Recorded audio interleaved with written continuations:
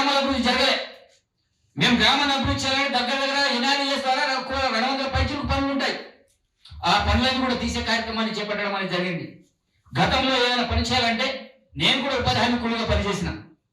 ఈ రోజు ఈ స్థానంలో వచ్చానంటే ఆ రోజు నాకు ఉపాధి హామీ నాకు చాలా పెద్ద ఉపయోగపడింది. అలాంటి స్కీమ్ మా అమ్మనాన్న మేమందరూ కూడా ఉపాధి హామీ పనిచేసే వాళ్ళం. పేద పనులు వాళ్ళకి 3 పూటలు భోజనం పెట్టే చట్టాన్ని ఈరోజు మేము పొలంలో పోతే రాళ్ళు వేసే కార్యక్రమం, అదేవిధంగా చిన్న చిన్న కట్ట వేసే కార్యక్రమం, ఎక్కడైనా బండ్లు వేసే కార్యక్రమం, లేకపోతే పొదవ కట్టే కార్యక్రమం, అదేవిధంగా ఎన్ఆర్ఈఎస్ ద్వారా క్షేత్రస్థాయి అంగన్వాడీ బిల్లులు కట్టే కార్యక్రమం, స్కూల్ కావచ్చు, ప్రహరీ గొడవలు కావచ్చు, ఇలా చాలా దగ్గర 250 పైచీలకు పనులు కల్పించే స్కీమ్ ని నీరుగోర్చడానికి ఏమనంటే రాష్ట్ర ప్రభుత్వానికి డబ్బులు నింపడానికి చేతకాల నుంచి మాట్లాడి అసత్పరంగా మాట్లాడుతూ వెటకారంగా చేస్తూ అంటే అమావాస్య పుణ్యానికి నిర్వహణ రాగానే అయిపోయిందా? అసలు బిఎల్పి నేతగా బీజేపీ పార్టీకి నీకు ఇవ్వడం ఎందుకు ఇచ్చారో ఎవరికి అర్థం కాని పరిస్థితి.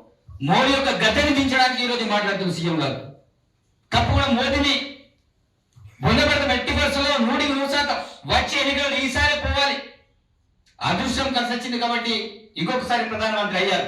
నుంచి మొదలుకుంటే మండల స్థాయి, జిల్లా స్థాయి, రాష్ట్ర స్థాయి లెవెల్లో అనేకమైన కార్యక్రమాలు చేపట్టబోతున్నాం.